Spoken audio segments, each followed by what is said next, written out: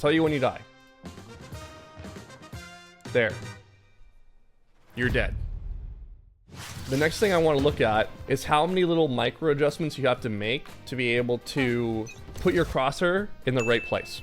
That's what you're going to be aiming for in your deathmatch. But I would recommend forearm aiming. You want consistency as much as you possibly can. Unless you pre-fired the shot and they run into a pre-fire shot, you're probably not winning it. And here's why. They see you here. Where are they aiming when they come out here? Directly at you. You haven't really changed your angle. Always remember, everything that you see on the screenshot is like a second behind what actually happened. The way Peeker's Advantage works is that you have 3 squares. This is the system. This is you. This is them. If they peek out, they tell the system at a certain MS what they're doing. The shot now sends to the system, which portrays to us. It takes time for this image to go to our image after it's been interpreted by the system. I'll tell you when you die. There. You're dead. Right now. At this particular frame, you're dead. You just don't see it yet. So what ends up happening a lot of times too is that you'll end up firing a shot, right? But that shot wouldn't actually register. On your POV, you shot that shot. On the system's POV, you didn't shoot at all. And in fact, I've seen this multiple times when I'm doing a Coach 10 man where it's like, the guy will say, oh, I shot like 4 times. Like, you didn't shoot at all on my screen, right? Speaking of which, have you heard of my Coach 10 Man's program? It's live coaching where I physically jump in and give you advice as you play. You need to be actively calling so your team knows what to do.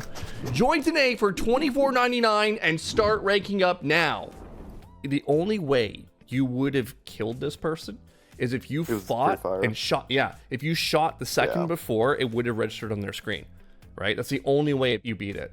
So what's another way that we can throw off that 1 second to be able to win this gunfight? Starts with a C, ends with a crouch, right? You have to start the fight from the crouch position so you can throw off that 1 second. So that 1 second is them flicking downward to shooting you in the head, because they're already going to be trained on the head level. That's really the only way you can do this. So you'll notice this in high level plays all the time. You look at Primi, he's always constantly on a common angle that a person will be, dropping into the crouch right away so that you can avoid that initial headshot, right? This is all throwing off, manipulating the system in such a way that Peeker's Advantage doesn't take full advantage of them when they're taking these gunfights. You need to look at things as, where's my reaction time, right? So when you do a reaction time test, it is a unpressured, simple thing. It's like basically you look at it and it's like, oh, turns green, click button, right? The game is different. There's a lot of different things that are thrown into it, right? Whatever your reaction time is, assume it's double of what you show up in the reaction time test, okay? So like, for example, my reaction time is 0.16, right? The average reaction time is 2.5. So that's the actual average human being reaction time. So when I go into this, I think of it, okay, my reaction time test is 1.6. Let's times that by 2. And now we're looking at more of like an in-game of 3-2-0. That's a tough pill to swallow sometimes for people. But that's the ego telling them that they're better than they actually are. But this is the truth. This is what you should be aiming for. If you have that reality that I'm probably a 0.32 in-game, under pressure, all these different elements, then I would tell myself, if I know this person's going to swing me wide, I'm holding it wider anyway. Now, you can tell your reaction in the game by watching this back in slow motion. So if I go this at like 0.5 here, okay? You react here. That's when you react. So what does that tell you about where you need to place your crosshair for a swing out? Yeah, I definitely need to hold wider there. Slightly wider. Now the other thing that can increase your reaction time is where you're looking. Let's say that you're taking this gunfight right now. You're looking at the screen. Where are your eyes focused right now to be able to hit the shot? On my crosshair. That would make it slower for you. That's the trick. To increase your reaction time, you need to play it like it's a reaction time test. So what we're looking for is you're actually putting your eyes on here. You put your crosshair in a regular spot where you think you're going to react on. But if you want to react a little bit faster, you put your eyes here on the edge. And as soon as this wall changes color, in this case it would be white, that's when you would left click. A lot of oppers will do this. It's easier as an opper because you're aiming towards this section of the body. As soon as you see the color change, you just left click, right? The next thing I want to look at is how many little micro adjustments you have to make to be able to put your crosshair in the right place. So let's watch this back slow. And this is, again, another sign of technique of how you're holding the mouse causes this issue. Sensitivity could cause this issue. There's a whole plethora of different things, right? So if we slow down here and watch this, there's a small move right there. Another small move. Your mouse should never be responsible for your movement at all. It should all just be your WASD keys. So if you're involving this, you're adding extra layers of commands into your right arm from your brain, and you can't even get yourself in a position to be able to shoot. You want it at the point where the only thing you have to tell your right hand to do is left click. That will increase reaction time again. That will increase results overall. If you're adding all these extra little layers, now I'm like, okay, we're moving way too much. Like, you've moved your mouse several times, whereas what you want to do is only have to move it once into the position, and then you're just moving back and forth. So you have to minus about 6 different movements that you've done. Let's look at Alexander real quick. Watch what he does here to take this fight behind this wall. Sets his crosshair and walks out into it. He had one micro adjustment. This is what I want to see. So he sets himself up, he's ready to go, and he peeks out. Okay?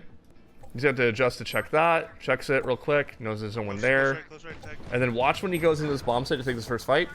See how he just moves out into the angle? He's like placing his crosshair for this fight. Then he gets the information that the Soba's to his left. And he makes another small adjustment. That's it. See how much more smoother and easier that is? That's what you're going to be aiming for in your deathmatch. Like, if you're noticing you're doing a lot of adjustments, that's where I'm like, okay, sensitivity is either too low or your technique is not great. So that would mean, okay, let's put your forearm on the mouse pad. That way you can get a little bit more of a wider stroke on it. Or it's a matter of just like the skill of like, did I place my crosshair in the right spot at the right time? What's your sensitivity? It's 1000 DPI 1.003. Okay. I'm sitting at 800 DPI 0.2 sensitivity, just so that you can kind of get an idea. I'm not sure what that is compared in eDPI to you. Yours is a little bit higher than mine for sure. Here's the thing, sensitivity, in my humble opinion, I've had multiple sensitivities over my time, but it's only been like 5 or 6 in 20 years. My key for you was always going to be to find something that feels good and then consistently stick at that number. The last time I wanted to change this would have been 5 years ago. So I've been on the sensitivity my entire career in Valorant. Sensitivity, a lot of it comes down to, in my opinion, preference. Is there slightly better sensitivities that most people latch onto with tactical shooters? 100%. It's usually on the lower end. If you're going to play at a super high sensitivity and you just like it, then just play with it. I'm not going to question you on it. Where I step in when it comes to sensitivity is if I'm watching like your deathmatch and I'm looking at your crosshair placement and I'm seeing that you're like jittery, like this. You use your wrist only, I think, when you're flicking. Yeah. That's where most people start off with. I always recommend making the swap to having the forearm down because you have a lot more grip and being able to move around a little bit easier. It's a little bit more consistent, whereas the wrist can be like kind of all over the place, shaky if you don't have food one day. That's where I usually recommend having the full forearm down. If you're completely brand new, if you want to really take on a challenge, I'd be moving from the shoulder. Biomechanics tells me that the shoulder connection to the brain is going to be a little better for you, but I think forearm universally is like where people usually sit on. The average pro Valorant player is 54 to 81 centimeters per 360. Like if you were to turn fully around, it would take 54 to 81 centimeters to do that. You being a wrist aimer, you're probably going to be significantly lower than them.